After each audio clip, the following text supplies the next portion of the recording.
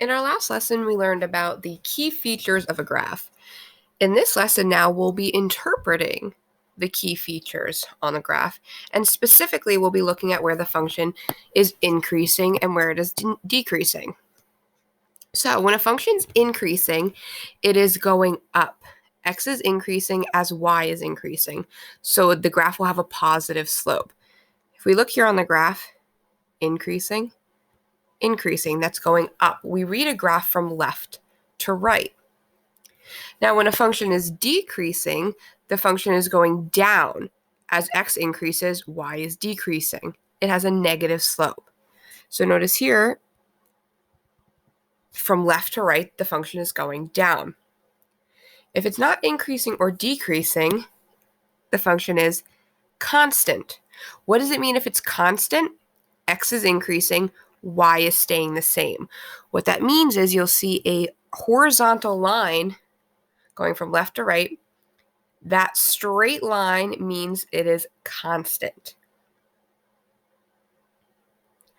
So let's look at this first problem here. Which graph does not represent a function that is always increasing over the entire interval -2 to 2? So we're looking specifically between -2 and 2, and we're looking for a function where it is not increasing the entire time. So I'm going to look from -2 to 2. What is my function doing from -2 to 2? Let's look here. Notice from left to right, it's going up. That is increasing. Let's take a look at B from -2 to 2. What is that function doing? We start here. From left to right, it's going up. That is also increasing. Letter C from -2 to 2. What is that function doing? We trace it again from left to right. Notice it's increasing, and then we hit that point and it starts to go down. That's not increasing the whole time, so I'm going to mark that as our answer, but let's just double check letter D just to be sure. What is this one doing from -2 to 2? Notice from left to right, it is going up, so that one is increasing as well. So the one that's not increasing through the whole interval, -2 to 2, is C. So now let's start to interpret what that increasing and decreasing means in the context of the problem. So it says the graph below represents a jogger's speed during her 20-minute jog around her neighborhood. Okay, so I noticed, looking at the axes, we're talking about time, and we're measuring her speed. So what's happening over the interval 0 to 2? So I'm going to look at 0 to 2. What's happening between that interval? Well, let's look at what the graph is doing between 0 to 2. From left to right, notice it is increasing. It's going up. But what does that mean in the context of the problem? What is increasing? Well, as time goes on, our speed is increasing. So what's happening there? She's speeding up. Maybe she's just getting started on her jog and she's speeding up. Next question, number 2, what is happening over the interval 2 to 5? So let's take a look at 2 to 5. So there are the x values. Let's check out what our graph is doing between those two numbers. Notice that's a horizontal line. That's a horizontal line, which means it is a constant. Right? Constant right there.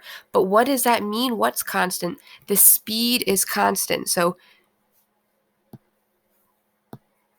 she's running at a constant speed. Perhaps this is the point in her jog where she's found her comfortable speed, and now she'll jog for a couple minutes at that speed. What's happening over the interval 12 to 14? Now notice this interval is written in a different notation. That's okay. Still means the same thing. From 12 to 14, let's check out what the graph is doing there. Notice from left to right, that graph is going down. That line is going down. What does that mean? It is decreasing. Okay, but in the context of the problem, what's decreasing? Again, take a look at your axes. What are they labeled as? Well, as time goes on, speed is decreasing. So what does that mean in the context of the problem? She's slowing down. So maybe she's getting a little bit tired here. She's slowing down.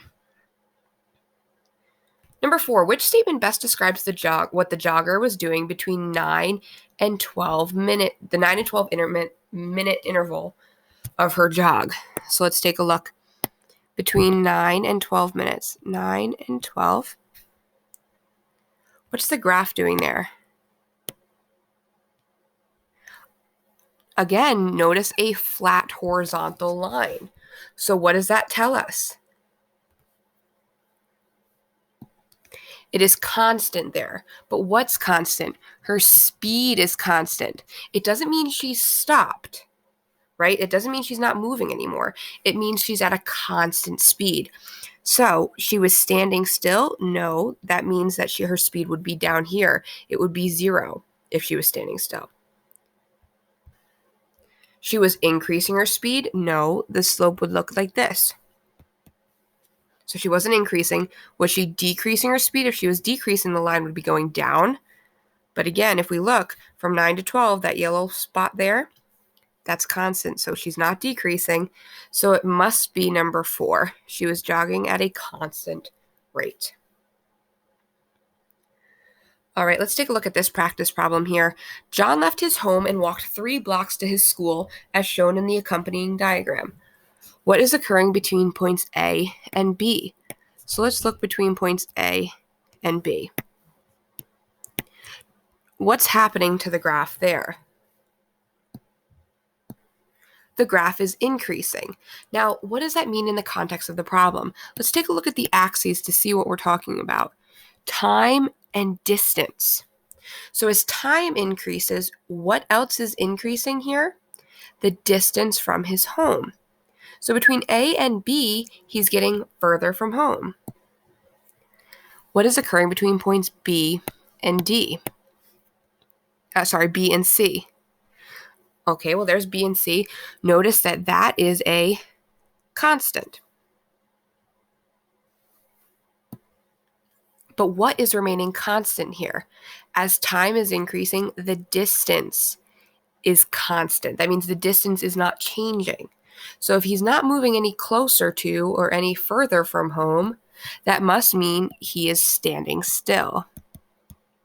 Or maybe he's in the same place. He's still. He's not changing his distance. What is occurring between points C and D? Let's see, from C to D, we have another increase. We read from left to right. It's going up. So again, what's happening here? What's increasing? The distance from home. So he's getting further from home. Number 4, what is one possible interpretation of this section of the graph from point B to C? So this is here highlighted in green, and that's the point that was, or the area that is constant. So let's look at these options and see which one represent a constant scenario. John arrived at school and stayed throughout the day. Keyword stayed. Okay, it could be that. He stayed in the same place. John waited before crossing a busy street. All right, he waited, so he's not changing his distance from home, so it could be that. John returned home to get his math homework. Well, notice he was going farther from home. We never see a decrease in distance where he'd be going back home. So it can't be that. We don't see where he's going back home. Otherwise, we'd see a decreasing line. Letter D, John reached the top of a hill and began walking on level ground. If he's walking on level ground, he's still getting further away from home. So you might think you'd see a straight line like that, but that's not the case. Because if you see a constant, that means he's staying in the same place. If he's on top of a hill and he's still walking, he's still getting further from home, which would be an increasing line. So it can't be D. So we're stuck between A and B, and let's make sense of this. John arrived at school and stayed throughout the day. Or he waited before crossing a busy street. If he stayed at school all day, we might see a longer line. Whereas if he's just waiting to cross the street, it'd be a shorter line because he'd spend more time at school than he would trying to cross the street. So let's take a look here. Notice how long it takes him to walk to this point, and from B to C is not as long. And then we have a long line again. So I'm going to infer that because this line is so short, he's just waiting to cross a busy street. It doesn't make sense to me that it would take him longer to walk to school than the time that he'd spend at school.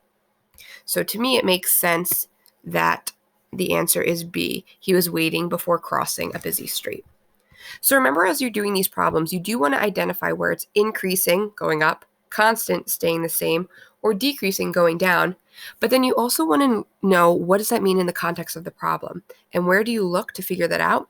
That's where you're looking at these labels. What does the x-axis mean? What does the y-axis mean? And that allows you to make sense of it or to make inferences about the context of the problem. What does it actually mean? So go ahead and give this some practice. And remember, look at the labels to help you.